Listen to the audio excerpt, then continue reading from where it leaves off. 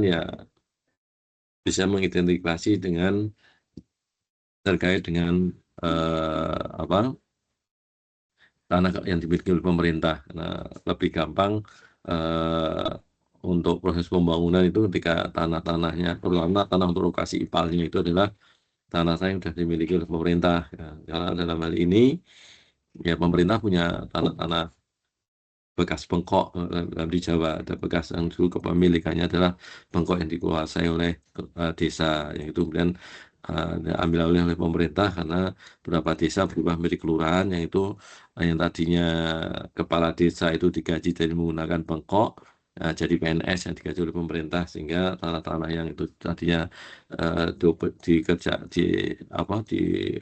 digunakan oleh kepala desa itu akhirnya menjadi milik pemerintah. Nah, tanah lainnya yang bisa seperti di Semarang yang sekarang lagi menjadi IPAL terpusatnya yang ada di daerah Genuk itu di Banjardowo itu adalah tanah pemerintah, yang dulu adalah tanah bengkok. Nah, seperti itu berarti ada alokasi. Kemudian harusnya ada survei pengukuran topografi, sehingga tadi seperti kemarin pertemuan harapannya pengalihan secara gravitasi. Nah, baru kemudian dari data-data survei pengukuran topografi, elevasi jelas dan macam-macam, lalu dilakukan perencanaan IPAL dan perpipaannya. Lalu kemudian di sini ada pedoman pembangunannya, ada pedoman operasional pemeliharaan, termasuk juga menyiapkan terkait dengan institusi pengelolanya. Terutama untuk yang skala kecil nanti harus ada KSM-nya. Kalau skala besar di Kota Semarang sendiri masih dalam proses antara mau dikelola oleh PDAM atau Perumda tersendiri gitu. Itu menjadi apa kajian tersendiri terkait dengan pembentukan institusi atau lembaga pengelolanya. Nah, ini terkait dengan pemilihannya harusnya seperti ini. Oh, harusnya lokasi itu kepadatannya lebih dari 300 jiwa per hektar, hingga padat sekali. Ya, daerah ini nggak layak untuk skala onsite.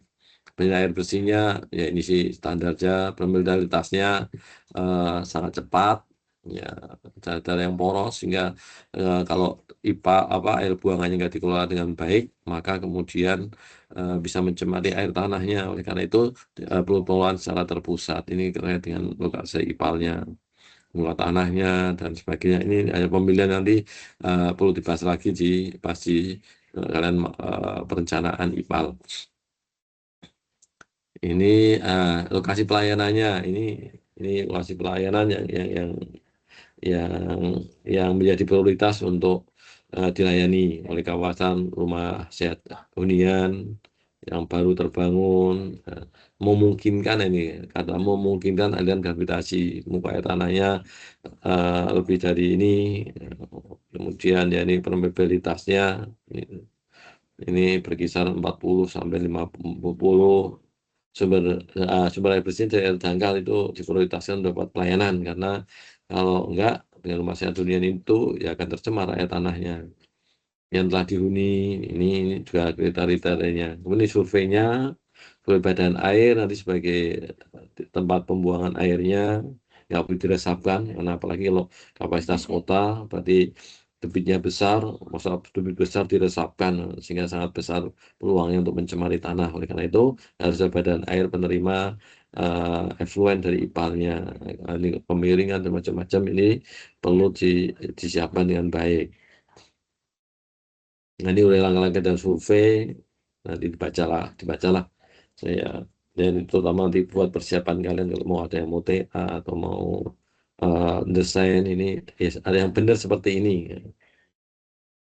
Nah, ini perencanaan IPAL jaringan, ya ini terjadinya air bersih existing, harusnya tahu ya seperti kemarin nggak ditetapkan 100 liter per orang per hari, ya enggak, harusnya ada data existing pengguna air bersihnya yang oleh PDAM. Dari Kota Semarang nggak mungkin lah sebesar Kota Semarang memakai rata-rata air bersihnya hanya 100 liter atau bahkan 80 liter atau 60 liter, pasti di atas 120.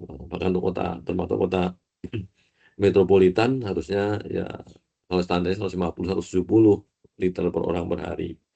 Meskipun idealnya adalah data itu berasal dari data existing yang diperoleh dari hasil survei ataupun hasil dari PDAM. ada jumlah data pelayan yang dilayani, kemudian data pada AIDA. Nah, ini hitungan-hitungan yang paling udah kalian hitung itu.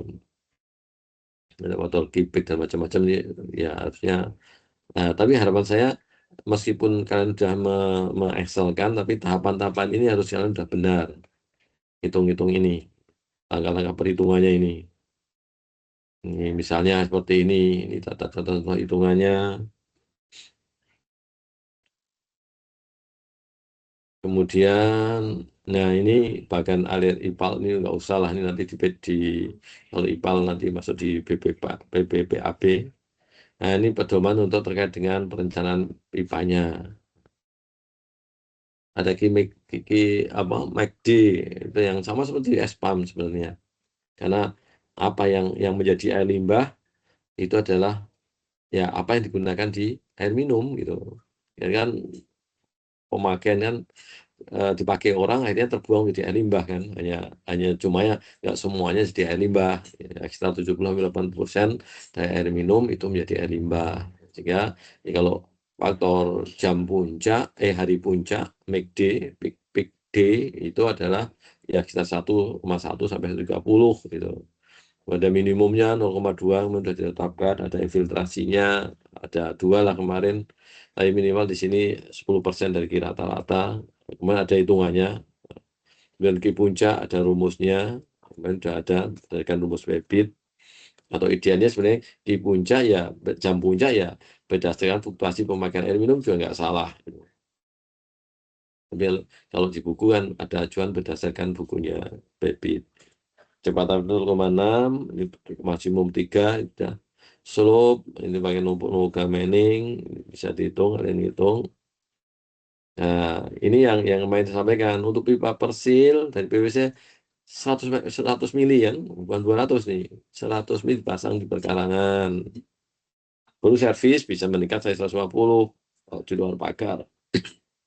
Jadi berarti mengalir ke lateral gabung-gabung dari pipa servis itu 200. Jadi 200 itu pipa yang udah gabungan dari pipa servis itu. Dan hitungan kalian langsung 200. Kalau 200 kalian sudah merencanakan pipa lateral. Tapi misalnya untuk skala perkotaan. Nah, sebentar kan skalanya mulai dari pipa langsung dari pelayanan ke rumah. Sehingga saya tetap dasar 100 saja kemarin di berdirinya masih existing masih kurang gitu. Idealnya ya seperti ini gitu. Kemudian ada pemeriksaan, ada ya pompa kalau terpaksa. Kemudian ini untuk pipaannya sudah jaringan bersih 100, servis 150, dipasang di tepi jalan, kedalaman mulai 0,5 sampai jam 1,5, pipa lateral 200, dalam 1,5 sampai 2,5.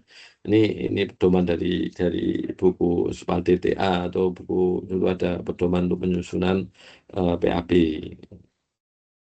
Nah, ini yang kemarin saya sampaikan. Ini untuk persil layanan dari rumah. Kemudian ini masuk ke servis 200, servis ya termasuk kiri kanan itu. Baru masuk ke ya ini bisa lateral, bisa langsung pipa. Ini di sini contohnya lateral langsung ke IPAL. Jadi data ini melayani dari cabang-cabang pinggir-pinggir, nanti ada gambar selanjutnya. Nah, ini seperti ini potongannya dari rumah tangga masuk, ada bak kontrol, bagus itu dilengkapi dengan grease trap. Sini ada 2 bak, 1 grease trap, 1 manhole, bak kontrolnya. Kemudian masuk ke depan, ini bisa menjadi ada bagusnya di bawah, agar masuk ke jaringan air kotornya. Nah, penyambungannya harusnya seperti ini. Yang benar, ini sambungan salah karena niku itu hanya untuk air minum. Yang benar bentuknya TZ 45 ini seperti ini. Sumbunya harus dibuat miring 45 sehingga terhadap aliran hingga peluang terjadi penyumbatannya kecil. Nah, penyambungan juga agak lurus seperti ini. Tapi bentuknya nyudut ini terutama kan pada umumnya di depan rumah itu ada saluran, drainase, masanya seperti ini. Ini pemasangan yang benar, yang keempat dan yang kedua sambungan SIM2 dengan nyambung koneknya pakai TJ, sementara kalau masuk ke rumah nggak tegak lurus. Ada peluang-peluang kalau tegak lurus itu ada peluang terjadinya penyumbatan di sikunya. Ini contohnya air minum masuk, air buangan keluar, atau masuk baru tapping ke air kotor. Nah, ini sistemnya, perencanaannya. Ini ada pipa-pipa persil yang nyambung dari rumah-rumah, berarti masuk ke servis, cabangan, ini masuk baru masuk ke cabang, ini baru manhole, itu ini pipa servis, masuk. Lihat ini dari masing-masing rumah, ini contohnya. Jadi kiri kanan dilayani gitu. Tapi Pak ini nggak malah apa ketemunya di manhole ini nggak layan, nggak langsung tapping yang ada di Persil ini lateralnya udah nggak nyambung ya, lateral ataupun menuju ke main main pipe atau pipa induk.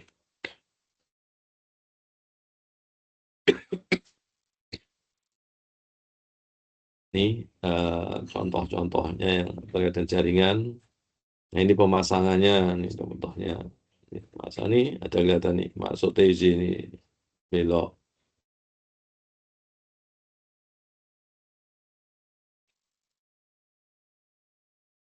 Ini ketentuannya, polanya terbuka open channel hingga nggak full, dalamannya 0,8 sampai 2 meter.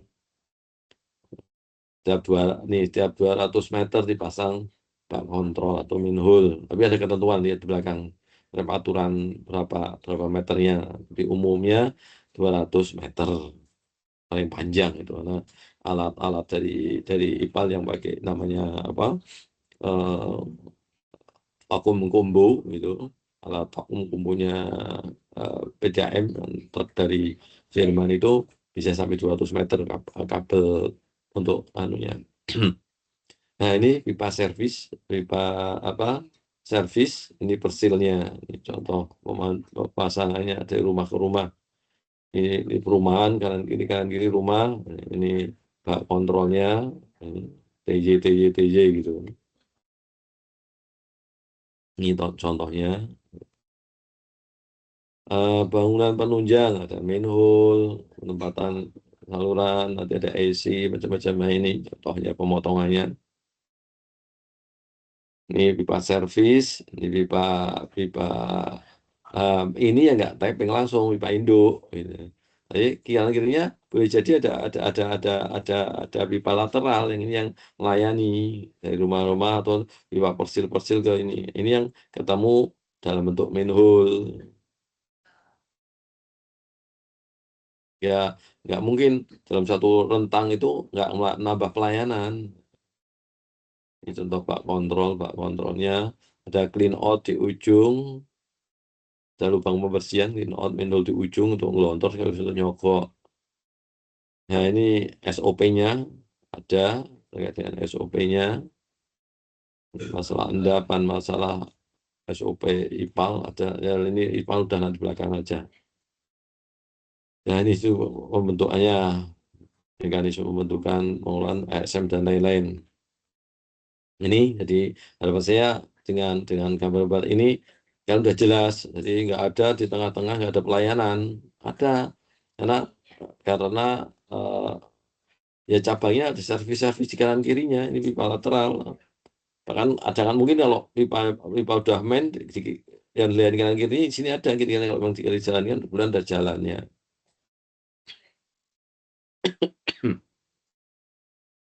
Ini sudah ada pengukurannya, sistemnya ini seperti ini. Masih ada pipa besar, pipa ini udah pakai bus beton. Walaupun sekarang tetap pakai PVC ukuran besar juga ada, HDP ukuran besar sampai 1000 mili juga ada sekarang. Kalau dulu memang banyak pakai bus beton.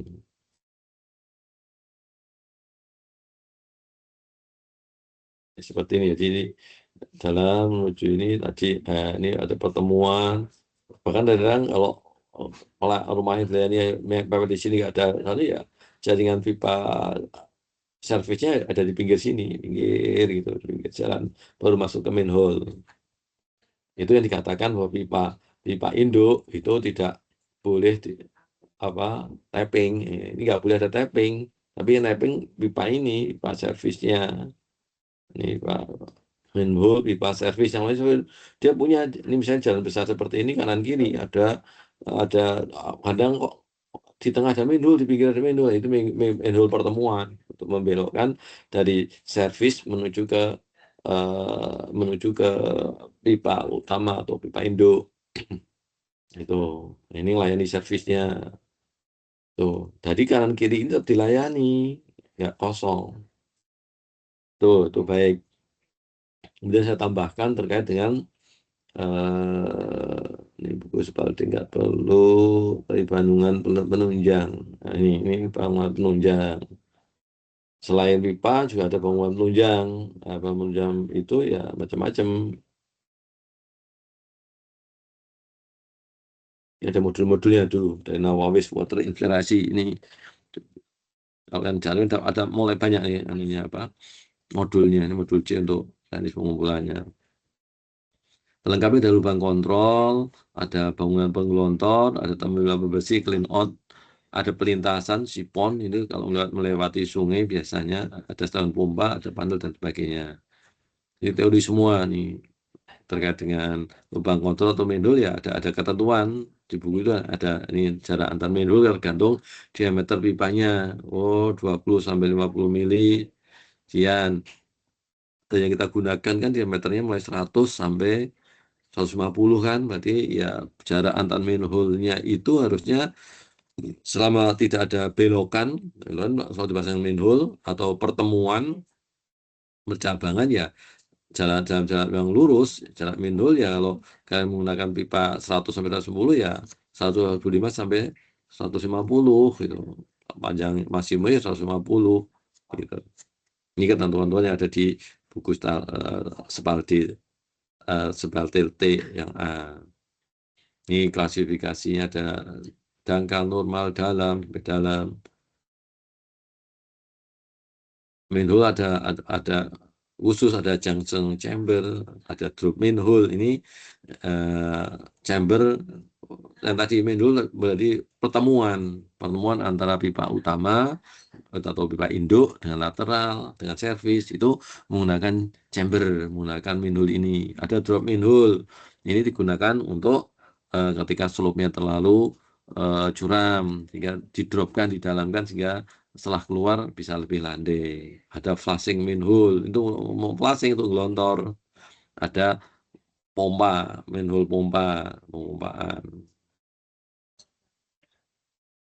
Ini esentrikitasnya aja. Nah, bentuk manhole macam-macam lah, dimensi manhole juga macam-macam, tergantung lubangnya. Ada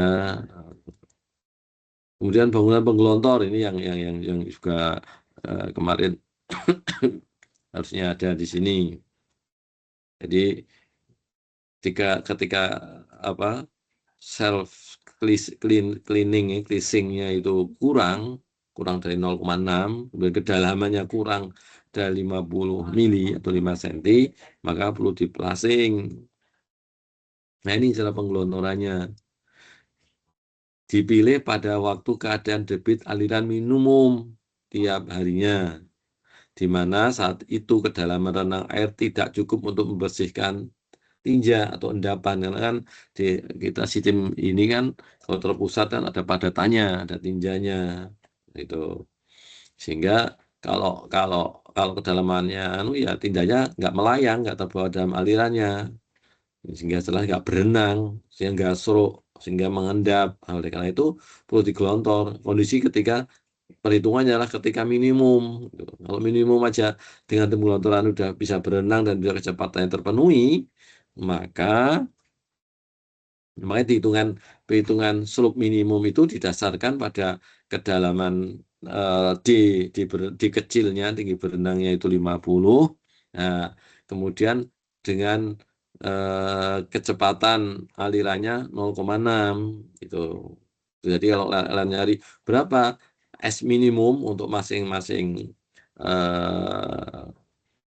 pipa, itu nanti dihitung dari rumus itu. Oh, V-nya itu V parsial, VP itu 0,6.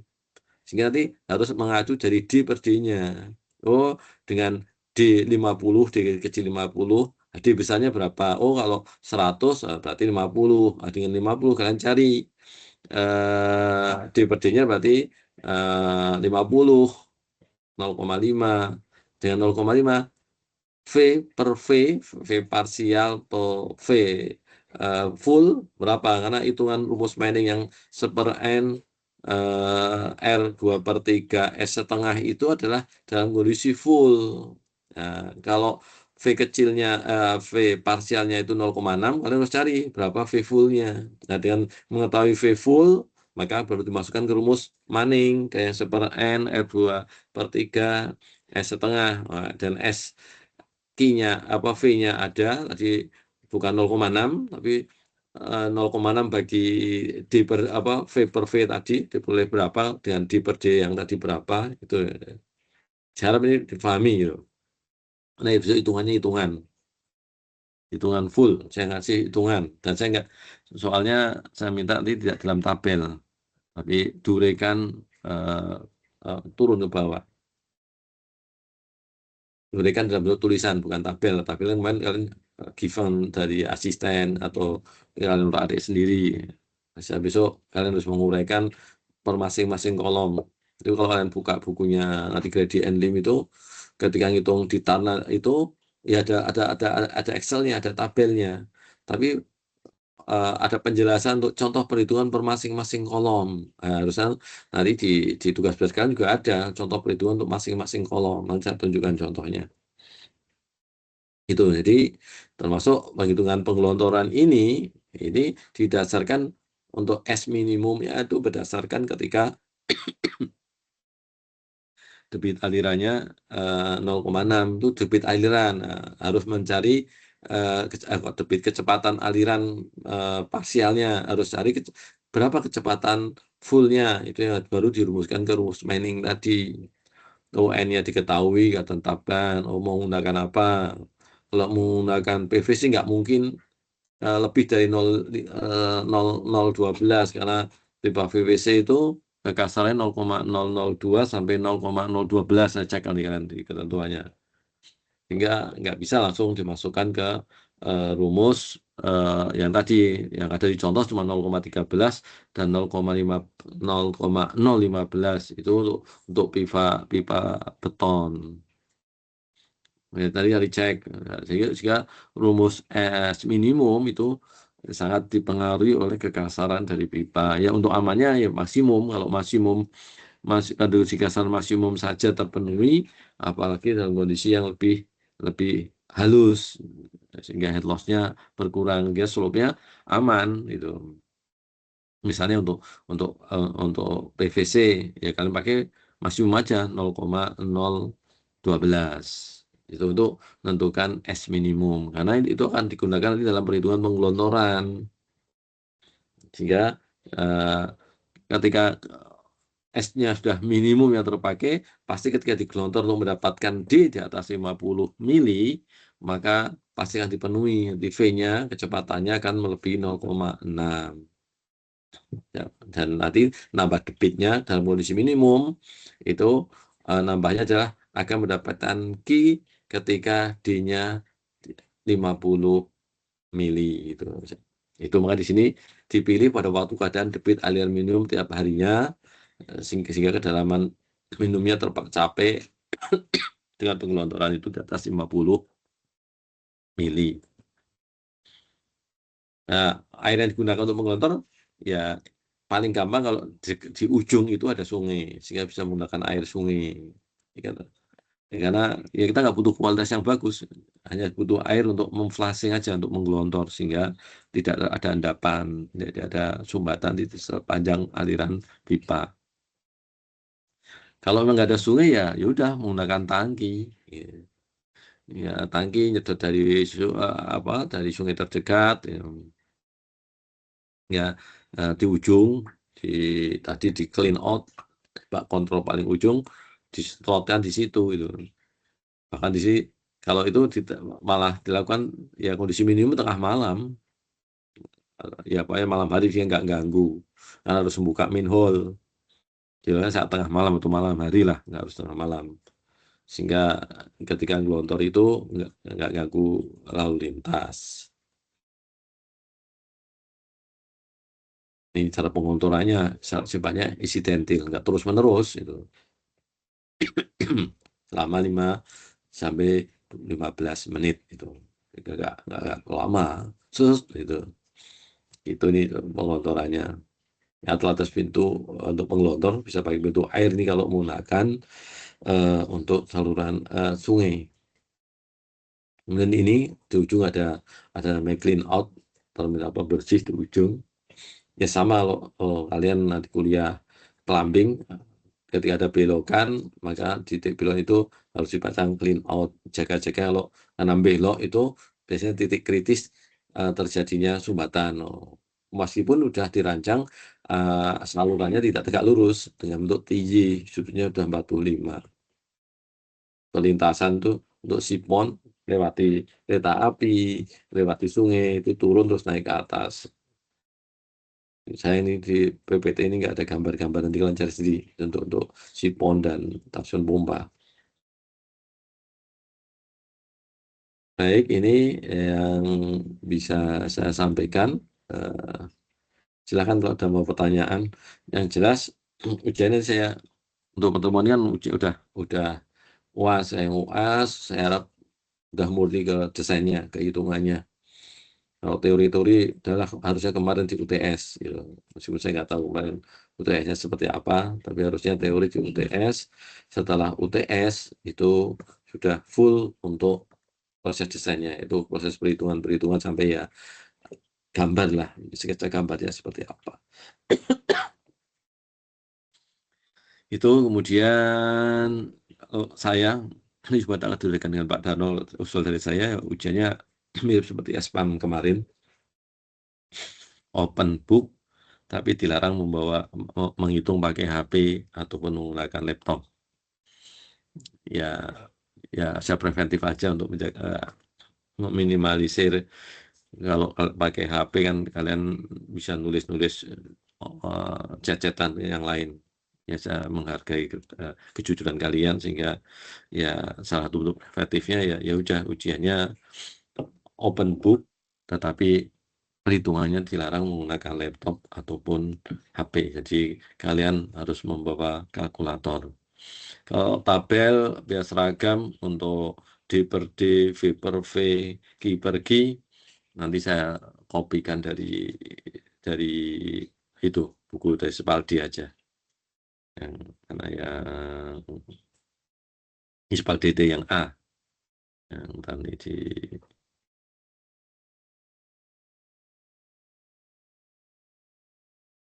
yang ini dari ya. Nah, yang ini tabel ini. Nah, nanti tabel ini tak copy, tak screenshotkan, nanti tak kopikan di soal, sehingga biar seragam, biar nanti yang koreksi lebih gampang. Kalau nggak seragam kan ada banyak versi gitu, ada yang pakai tabel. Saya nggak tahu hitungan dari tabel di mana, tapi saya menemukan ada referensi dari tabel, jadi pakai ini saja.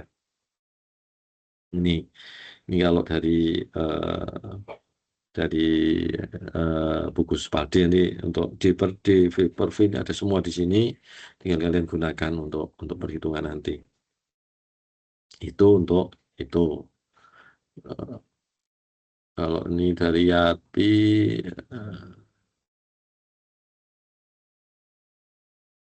ini sih buku dari Yati ya hampir sama nih lah. Sistem jaringannya seperti ini. Ada IC di sana. Interkonektornya ini kalau dari ini baru masuk ke IPAL. Ini dari Yati, kalau Yati seperti ini. Dulu evaluasinya Yati terkait dengan sistem yang ada. Dan harapannya IPAL itu bukan sesuatu yang ini ada ECC, sambungan-sambungan dari servis, dari servis manual baru masuk ke utama ini nggak ada tapping ya. di Permenhol pertemuannya. Ini ada IC, kumpulan dari berbagai macam layanan ke IC, baru ke Pak Indo.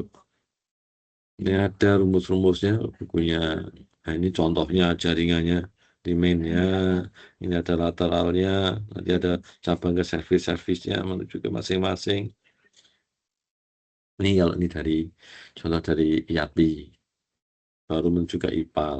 IPALnya seperti ini, bahkan ya, IPAL itu kalau bisa menarik. Ya, ini tinggal kalau dia seperti ini, IPAL ditata menarik, bahkan besok waktu taman.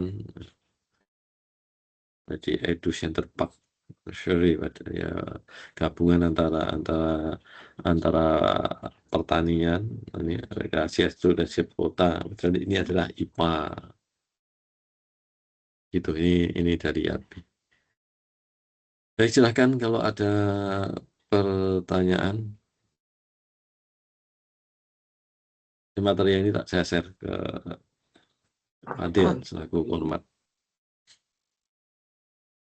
Izin Ada bertanya, pertanyaan? Pak. Ya, silakan. Chandra Dewa. Tiba, Pak. Saya mau bertanya tadi terkait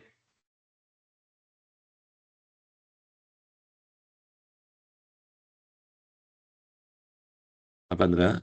Dewa. dalam Terkait yang apa? Ya, terkait yang mana? maksudnya perhitungan yang sudah kami jalani kayak perhitungan apa namanya velocity dan segala macamnya sampai ke penggelontoran, Pak. Dan kita juga Hmm, cukup membawa itu kah apa namanya hmm, tabel yang sudah nanti di-copy oleh Pak Wawan.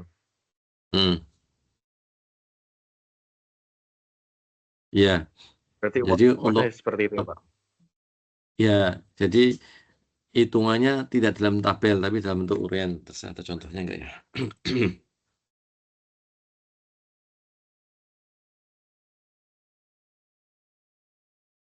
Di mana ya saya meletakkannya?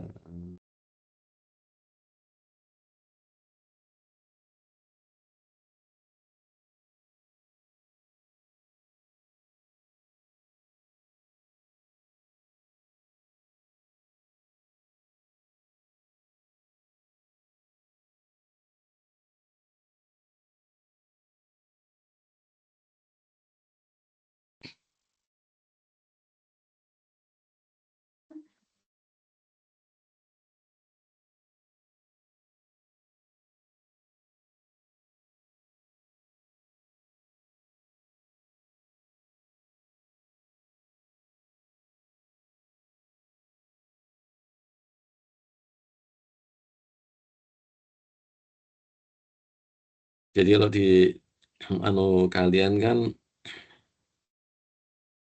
keluarnya sudah dalam bentuk tabel. Nah, tabel itu nanti harusnya di di apa diberikan dalam contoh perhitungan, misalnya contoh perhitungan untuk tabel dari nodal sekian sekian loh. Ini nanti soalnya sudah saya berikan aja nodal sekian. Nah, kalian hitung, misalnya mungkin saya nggak akan dari awal lagi udah langsung kira rata-ratanya sekian, kemudian faktor P-nya sekian, ya seperti ini perhitungan debitnya, perhitungan maksimumnya. Nah, dihitung seperti ini, bukan langsung dalam bentuk tabel. Jadi kalian jadi tahu step by step-nya. Puncaknya, rumusnya ini, nanti perhitungan shaft velocity-nya dari sekian sampai dari sekian. Kalau ini rumus yang dulu, kalian lebih pusing lagi nih pakai rumus ini. Ini kalau pakai aslinya nggak pakai tabel, tapi pakai tetra, sudutnya sekian, diper sekian, nya sekian, cos sekian, sudutnya sekian. Ini perhitungan yang menggunakan itu. Tapi kalian kalau saya yang paper V dan lain-lain ini keliling atau F per V per V, D per D, itu angka-angka ini kalian dari tabel saja. Sehingga dari tabel ini, tapi saya minta ya ada ada perhitungannya, ada apa cara cara menghitungnya gitu. Sehingga ini ketemu D-nya nanti sekian, namanya sekian, slope-nya berapa. Kalau dulu sampai suruh ngitung slope kontrol sulfida, kontrol endapan, kontrol H2S ini dulu. Nah, saya HP hitungannya sekarang saya simpelkan langsung perhitungannya pakai sehingga ini Joseph self cleaning velocity itu didasarkan oleh banyak hal dulu. Ini perhitungan slope dan lain.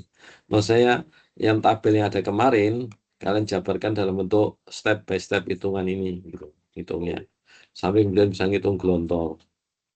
Nah, kalau kan harus dihitung pakai tetra sudut anunya sekian sekian. Nah, kalian cukup membaca dari tabel yang ada di buku Spaldi ini. Nah, daripada nanti punya versi sendiri-sendiri, nanti di soal akan saya cropkan ini, sehingga kalian tinggal ngorek-ngorek ini nanti. Narik-narik misalnya, oh D per D-nya 0,8, tarik, oh mau mencari Q per Q-nya berapa, oh gitu disekat. Ini, oh pakai yang titik, oh di sini 0,8 itu, oh D per D-nya di bawah, tarik ke bawah. Ketemunya 1,1 1,02 misalnya. Ini contohnya seperti ini. Dari pagi ini aja. Begitu, Dewa. Bisa dimengerti atau masih perlu penjelasan lebih lanjut? Sudah sangat jelas, Pak Wawan. Jadi besok ujiannya seperti SMAM, seperti SMAM petunjuknya maksud saya. Open book, silakan dalam bentuk hard, silakan mau ngeprint sana, ngeprint situ, contoh tugas ya situ boleh, tapi ngitungnya tidak boleh menggunakan laptop ataupun kalkulator, ataupun HP. Tapi ngitungnya pakai kalkulator. Ngomong itu pakai kalkulator. Itu. Saya jaga ini aja untuk apa ya, bagian dari preventif saya untuk kalau pakai HP, pakai laptop itu ada peluang untuk kalian berkomunikasi via chat, via tulisan. Udah langsung kalian aja fokus mengerjakan masing-masing gitu. Selama ini ketika kemarin berapa kali presentasi itu kan bentuknya tabel-tabel. Nah, tolong tabel itu dipahami dalam bentuk urean. Bentuknya urean. Ya urean tadi dalam bentuk kalimat step by step-nya ngitungnya. Berdasarkan tabel misalnya, oh di per D-nya 0,8. Oh dengan 0,8 bisa diperoleh Q per Q-nya sekian. Oh, dengan Q sekian kalian bisa ngitung key-full-nya. Oh, key-full-nya sekian dan key-full sekian, N-nya sekian, S-nya sekian, kalian bisa ngitung D. Oh, D berdasarkan tabelnya ngitung D. Dari rumus itu ada rumusnya, masukkan kelihatan. Oh, dipulih D angka misalnya 125. Oh, atau 132. Oh, di pasar adanya 150, pakai 150. Oh, dengan 150, maka key full-nya jadi berapa? Key full cek, dihitung pakai rumus tadi, Q sama dengan A kali V, dan seterusnya. Atau rumus langsung yang di situ ada Q sama dengan sekian, sekian, sekian, ketemu key full-nya sekian. Oh, dengan key full sekian, kalian cek lagi kan nanti D per D-nya jadi berapa, nanti V-nya, V per V-nya jadi berapa gitu. Oh, kan hitungnya seperti hitung balik lagi sekarang. Oh, tadinya bandingkan dengan key yang hitungan, sekarang dengan key ceknya. Sehingga dengan key pick yang ada dihitung di awal, bandingkan key full cek, perbandingan jadi sekian. Yang perbandingan sekian, di per D-nya di berapa. Oh, dan di per D sekian, kalian bisa ngitung berapa kedalaman D kecilnya. Sebenarnya seperti itu. Oh, bisa mencari V per V, sehingga V parsialnya jadi berapa. Untuk ngecek apakah perlu gelontor apa enggak. Nanti cek lagi dengan kondisi minimum. Oh, Q minimumnya adalah 0,2 dari Q rata-rata. Misalnya seperti itu. Oke, rata-rata. Oh, akhirnya Q minimumnya sekian. Sekarang dengan Q minimum seperti itu, Q minimum bagi Q full cek. Berapa perbandingannya? Oh, bisa mengetahukan dengan Q min per Q full check, kalian bisa hitung berapa D per D-nya. Oh, berarti tinggi berenang ketika minimum sekian. Oh, perlu gelontor apa enggak? Demikian juga ngitung, oh V per V-nya. Berarti V parsialnya di berapa?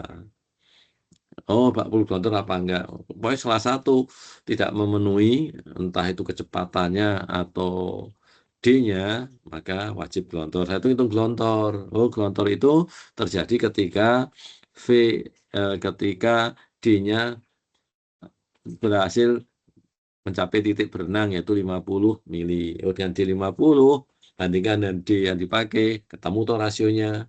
Nah, berarti kalian bisa ngitung ketika rasio itu ketemu, bisa ngitung berapa Ki gelontornya. Dengan Ki gelontor banding Ki full berapa, kalikan. Dengan kalikan Ki fullnya, rasio itu ketemu Ki 50. Nah, Ki 50 itu Ki ketika 50. Nah, terus berapa debit yang di gelontornya? Di gelontornya adalah Ki 50 dikurangi dengan Ki minimum. Itu debit gelontor minimumnya. Nah, gitu maksud saya. Step-step itu dituliskan, bukan ditabelkan. Ya, kelihatan cara perhitungannya, meskipun cara perhitungan itu harusnya kemudian baru disusun dalam bentuk tabel. Urutannya harusnya ngitung itu dulu, baru ditabelkan agar kemudian hitungan bawahnya tinggal kalian copy. Walaupun ada titik-titik tertentu yang tidak bisa di-copy ketika kalian menentukan rasio yang dari tabel tadi. Gitu. Bisa difahami?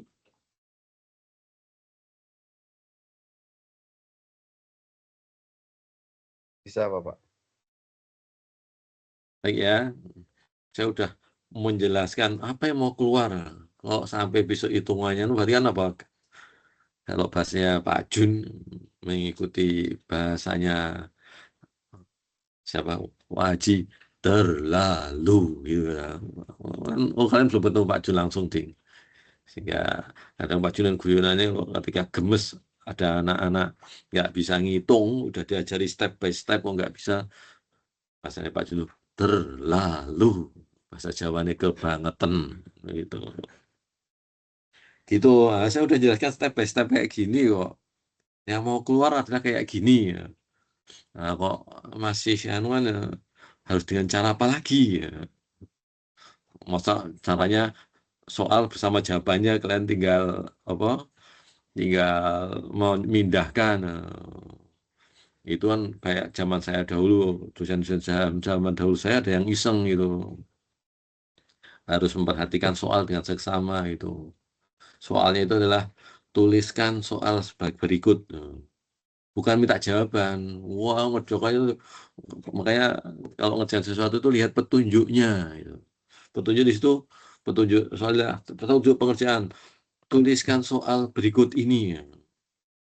Bukan jawablah itu. Perintah misalnya, wah, waduh kerjaan. Warna soalnya memang jawabannya memang gampang. Kamu wah kerjaan selesai. Begitu keluar ini jelek-jelek. Pada protes. Salahnya saya apa, Pak? Salahnya kalian nggak baca petunjuk. Karena soal yang di situ adalah tuliskan soal berikut, bukan jawablah soal berikut. Tugasnya cuma suruh nulis soal kok malah jawab soal. Ya salah gitu.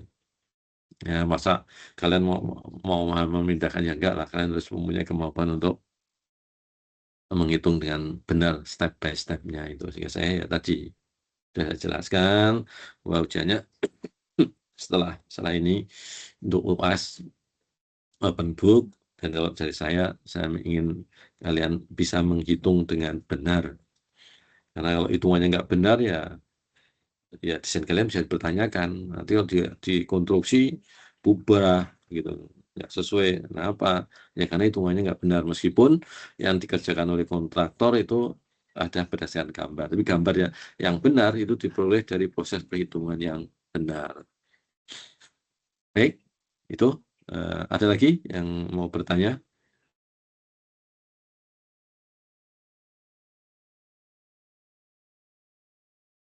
Baik ya, harapan saya jelas, sehingga saya nggak menginginkan H-1 ujian, Pak, kisi-kisi soalnya seperti apa? Wah, pertanyaan macam-macam.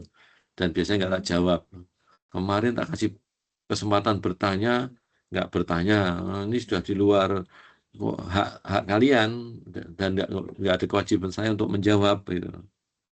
Karena sudah di luar waktu yang telah disediakan untuk diskusi. Maksudnya lalu menanyakan apa yang ditanyakan, apa yang kalian belum jelas itu. Ya maksudnya harus bisa jelaskan di sini. Termasuk ya ujian dibentuknya apa dan lain-lain. Perasaan udah tak jelaskan di perkuliahan. Kok masih ada yang bertanya gitu. Gitu. Ya, biasakan selesaikan sesuatu sesuai dengan tempat dan waktunya gitu. Kalau memang sudah di luar ya udah enggak, ya kalau jawab ya itu kebaikan dari yang ditanya aja, karena kalau saya sifatnya sunnah gitu. Kalau sempat jawab, mau tak jawab ya tak jawab, kalau enggak ya enggak salah, karena semua sudah saya jelaskan lewat mekanisme perkuliahan dan saya sudah memberi kesempatan untuk bertanya. Baik, kalau memang sudah nggak ada pertanyaan, semoga sudah clear. Silahkan kalian cek lagi hitungan-hitungan kalian, sehingga nanti pas ujian bisa mengerjakan dengan benar. Gitu. Dan seperti yang saya sampaikan dalam pertemuan-pertemuan perkuliahan, ujiannya nafsi-nafsi, sendiri-sendiri. Meskipun tugasnya kelompok, maka jangan menggantungkan nasibnya pada kelompok yang lain. Nanti setelah ujian ya harus tahu, kalian semua harus tahu di kompetensinya. Bukan, ya nanti tugasnya pokoknya bagian ini yang gambar, nggak perlu tahu hitungan. Ya enggak. Orang TM kompetensinya ya bisa ngitung sampai gambar. Baik, yang belum presensi siapa aja? Nah, tadi ada 32, yang presensi baru 28. Ya, panggilin aja lah yang belum. Yogi ada nggak, Yogi?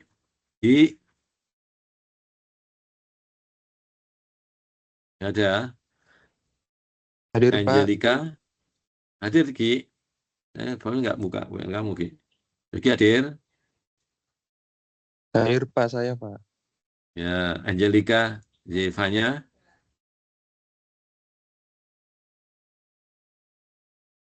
Afif Naim Afandi.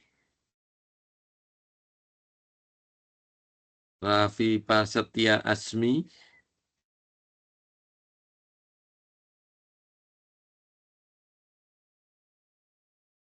Apa tadi udah hadir ya 20. Tak cek kalian berapa toh yang hadir. Ini siapa yang mau bertanya? Man, kamu tanya apa, Man? Lukman Hakim. Maaf Pak, saya belum absen tadi Pak. Belum tak panggil memang. Saya baru buka slide keduanya. Fahrul Zaki. Ya, kalau sampai Lukman ada cendal. Fahrul Zaki ada nggak? Rafan, Olivia, Tiana, Wendri, Hadir, Pak. Diva Sakila, Hadir Bapak. Reinhard. Diva hadir? Ya, hadir Pak. Reinhard, Kurniawan, Nur Hidayatullah, Lukman Hakim. Udah baik, sudah saya presentasi semua. Dari jumlah yang ada di sini, harusnya 32. Yang presensi di saya baru 32, betul ya? Baik, saya kira cukup untuk pertemuan hari ini. Saya ucapkan terima kasih atas perhatiannya. Mohon maaf saya nggak bisa offline, tapi saya harap ya media ini bisa dioptimalkan dengan baik. Nanti materi yang tadi saya paparkan, saya share lewat formatnya. Baik, demikian untuk pertemuan hari ini. Saya ucapkan terima kasih atas perhatiannya. Sekali lagi, mohon maaf ada yang salah. Saya akhiri. Assalamualaikum warahmatullahi wabarakatuh. Selamat pagi semuanya.